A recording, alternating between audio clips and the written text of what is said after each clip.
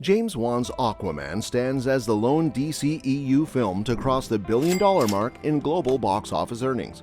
It commands attention for various reasons: the spectacle of Atlanteans riding sharks and seahorses, eerie creatures lurking in the depths, even crab-like beings. Shazam brought some fun vibes too, but Aquaman goes all out with mind-blowing visual effects that adorn nearly every frame. The introduction of Arthur Curry sets the tone for the action-packed 80s style that defines the movie. As a loving nod to action films of the 1980s, Aquaman packs in a rugged hero, snappy one-liners, and high-octane action scenes. The plot picks up immediately after the Justice League events, concentrating on Arthur's attempt to balance his obligations to both Atlantis and the people of Earth. He becomes a sea guardian until he is drawn into Atlantean politics when his half-brother Orm orchestrates a battle with the surface world. The plot is similar to DC's 2015 animated film Justice League: Throne of Atlantis, but Aquaman injects its own distinct style and flair. DC has not rushed a sequel, preferring to prioritize quality over quantity.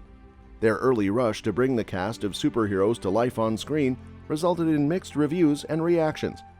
Just last year, Wan began dropping hints about his plans for the next installment in the Aquaman series, titled Aquaman and the Lost Kingdom. Consider this your go-to source for all the juicy details about what's in store for Aquaman and the Lost Kingdom. Now here's the big question on everyone's minds: when can we expect Aquaman and the Lost Kingdom to hit the screens? Mark your calendars. The sequel will be released on December 20, 2023. However, it's worth mentioning that the picture will be competing with Sony's Ghostbusters Afterlife sequel, which is also set to be released on the same day. However, due to the ongoing WGA and SAG strikes, the film's release date may be delayed, so keep an eye out for developments. Originally, the film was scheduled to come out a year earlier, on December 16, 2022, but plans shifted, pushing the release to March 17, 2023. Then, there was another adjustment that moved the release to December 25, 2023. And finally, the date was moved up a bit to its current release date on December 20, 2023. So it's been quite a ride in terms of scheduling. While we're at it, let's dive into the cast of Aquaman and the Lost Kingdom. Of course, leading the pack is Jason Momoa, reprising his role as Arthur Curry, better known as Aquaman and now the King of Atlantis. Momoa even shared the news on his Instagram, revealing that he'd be lightening up his hair again right before his shoot in London began. And just recently, he treated fans to a sneak peek at a fresh suit he'll be donning in the upcoming film.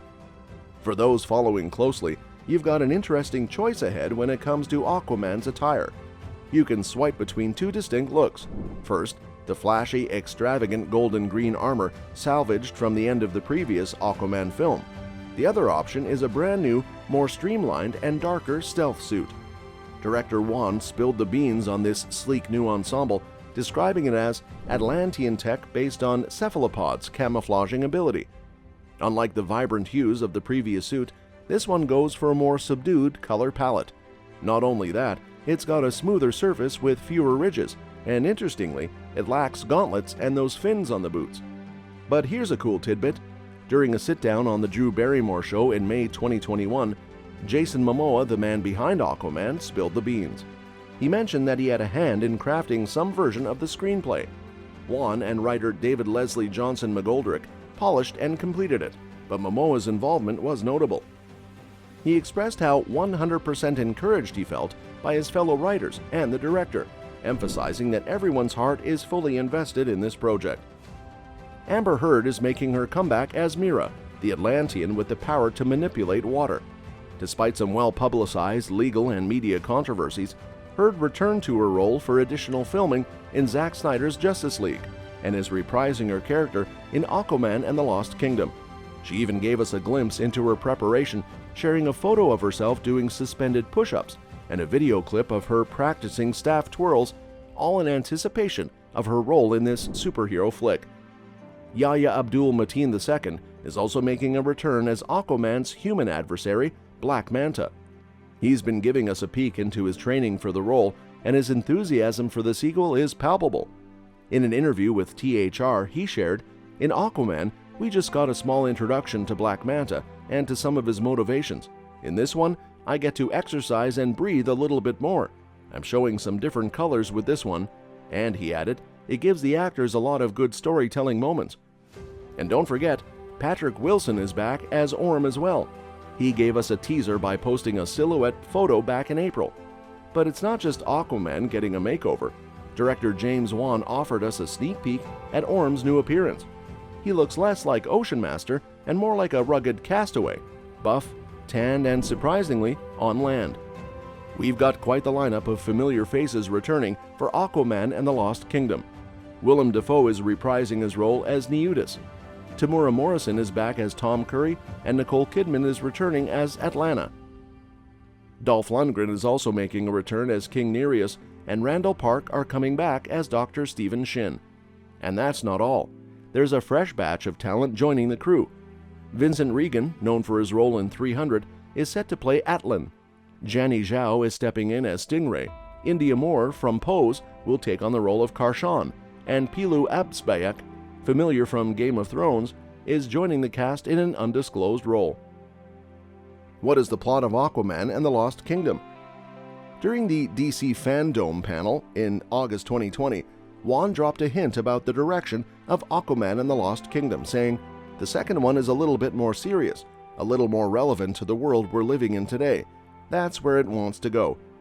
While this new tone caused some concern among fans who love the first movie's cheesy fun, Wan's commitment to perfecting the script and story should inspire confidence. In an August 2021 interview, Wan elaborated a bit more on the decision to take a darker path for the sequel. Wan noted that the surprise factor of the first movie was due in part to people's unfamiliarity with the comic book source material, which is quite eccentric. He mentioned that some were surprised he didn't completely discard the lighter aspects and make a heavy, dark film. He explained that for the second film, it will be easier for audiences to accept the shift because he has already laid the foundation in the first movie. The director also shared his inspiration for the sequel, citing the 1965 Italian horror film Planet of the Vampires. This campy yet scary sci-fi movie portrays a spaceship crew battling each other on an alien planet as they are taken over by disembodied beings. Well, that's it. For now, make sure that you like our video. Subscribe to the channel to get updated regularly with the latest news and reviews on upcoming movies from us. And do not forget to hit the bell icon to never miss an update. Thanks for watching the video, and we'll see you at the next one.